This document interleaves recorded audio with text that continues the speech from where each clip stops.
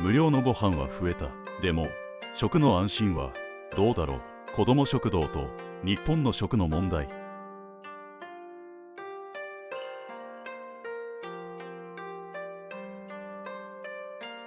導入無料のご飯が必要な時代。夕暮れ、学校帰りの子供たちの声が商店街へ響いていました。あきらくん、あかねちゃん、そしてチャトラ猫の虎は静かな通りを歩いています。すると小さな建物の前に子供たちが集まっていました。窓から漏れる暖かな灯り、カレーの匂い、楽しそうな笑い声。なんだか楽しそう。ここ子ども食堂なんだね。あかねちゃんが少し安心したように言います。今の日本では子ども食堂が急速に増えています。お腹いっぱい食べられる場所、安心できる居場所、それはとても大切な活動です。ですがその一方であきらくんは静かにつぶやきました。でもなんで今こんなに子ども食堂が増えてるんだろう。便利になった現代、物は増えました。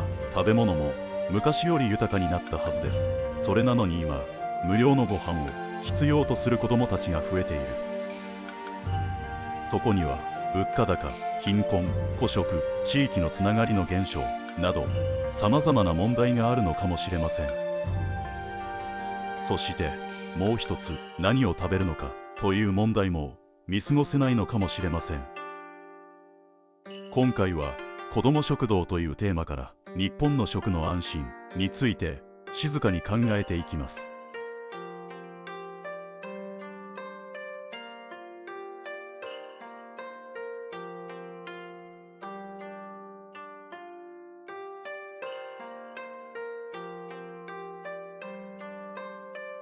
第一章、昔は地域の食卓があった。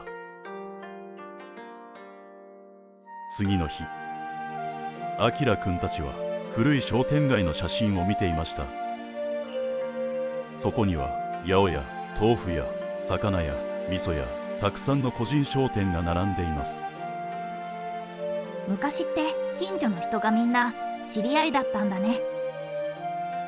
あかねちゃんが少し驚いたように言いました。昔の日本には地域で子供を育てる感覚がありました。近所でご飯を分け合う、農家がお裾分けをする、子供が誰かの家でご飯を食べる。もちろん全ての人ができていたわけではありません。ですがその一方で一人で食べることは今より少なかったのかもしれません。味噌汁の匂い、炊きたてのご飯、季節の野菜。あかねちゃんは昔の商店街の写真を見ながら言います。昔はご飯も人とのつながりだったんだね。そこには地域の食卓がありました。虎は畳の上で丸くなりながら静かに尻尾を揺らしています。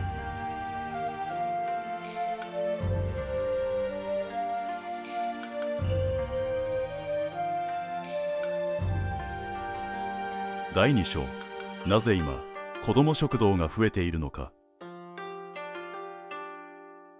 夕方、ニュースでは物価高騰の話題が流れていました。値上がりする食品、増える生活負担、疲れた表情の人々。最近物価が高くなっているよね。あかねちゃんが小さくつぶやきます。今の日本では共働き、孤食、地域コミュニティの減少、物価高、経済的不安など社会の形が大きく変わっています。その中で安心してご飯を食べられる場所として子ども食堂が増えてきました。もちろんそれはとても大切な活動です。ですがその一方で、なぜ子ども食堂がそこまで必要になったのかという問いも考える必要があるのかもしれません。昔は地域のつながりがありました。近所同士の助け合いもありました。ですが現代は便利になった一方で孤立も増えていったのかもしれません。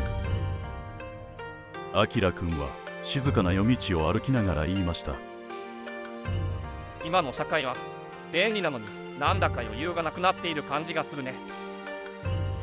虎はその横を静かについて歩いています。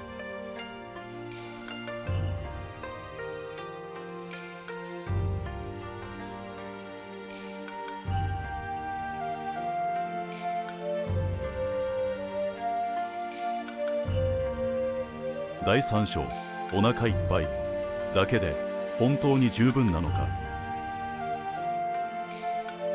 ある日、あきらくんとあかねちゃんは子ども食堂の準備を手伝っていました。テーブルへ並ぶ料理、寄付された食材、企業から届いた加工食品。それを見ながらあかねちゃんが静かに言います。もちろん食べられることは大事だよね。でも何を食べるかも大事なのかもしれないね。今、多くの子ども食堂は企業や支援団体からの寄付によって支えられています。それはとても大切な支えです。ですがその一方で、加工食品、安価な大量生産食品、添加物、輸入食材など食の中身について考える声もあります。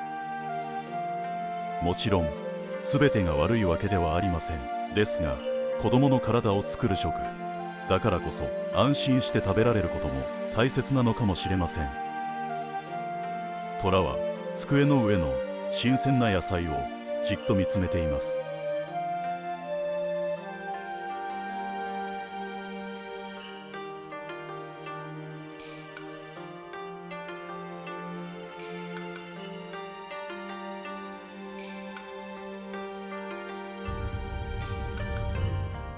第4章、地元の食は子供たちを守れるのか。次の日の朝、あきらくんたちは地元農家さんの畑を訪れていました。朝露、土の匂い、風に揺れるレタス。やっぱり畑の野菜って安心するね。こういう野菜を子供たちがいっぱい食べられたらいいのにね。あかねちゃんが静かに笑います。昔の日本には近くで育て近くで食べる暮らしがありました。地元野菜、味噌汁、漬物、発酵食品、季節の食、それらは単なる栄養だけではなく生きる感覚そのものを育てていたのかもしれません。もちろん今すぐ全てを変えることはできません。ですが小さな家庭菜園、地域の農家、地元の食材、そうした小さな積み重ねが食の安心につながっていくのかもしれません。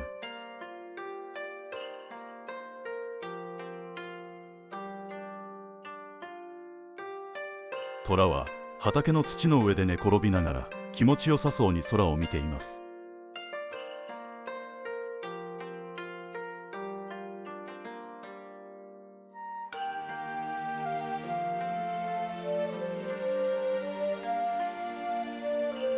最終章、未来の子供たちへどんな食卓を残したいのか。夕暮れ、子供食堂の灯が静かに街を照らしていました。笑い声、温かなご飯、小さな居場所、そこには確かに救われている人たちがいます。だからこそ否定する必要はありません。むしろ今の時代に必要な大切な場所なのだと思います。ですがこれからは安く食べられることだけではなく安心して食べられることも同じくらい大切になっていくのかもしれません。地域で育てる、地域で食べる、みんなで食卓を囲む、自然を感じる、そうした小さな積み重ねが子どもたちの未来の安心につながっていくのかもしれません。夜空を見上げながらあきらくんは静かに言いました。本当に必要なのは無料のご飯だけじゃないのかもしれないね。その横であかねちゃんと虎が静かに夜空を見上げていました。最後までご覧いただきありがとうございました。今回の動画が面白かった方はぜひチャンネル登録や高評価をしていただけると励みになります。それではまた次の動画でお会いしましょう。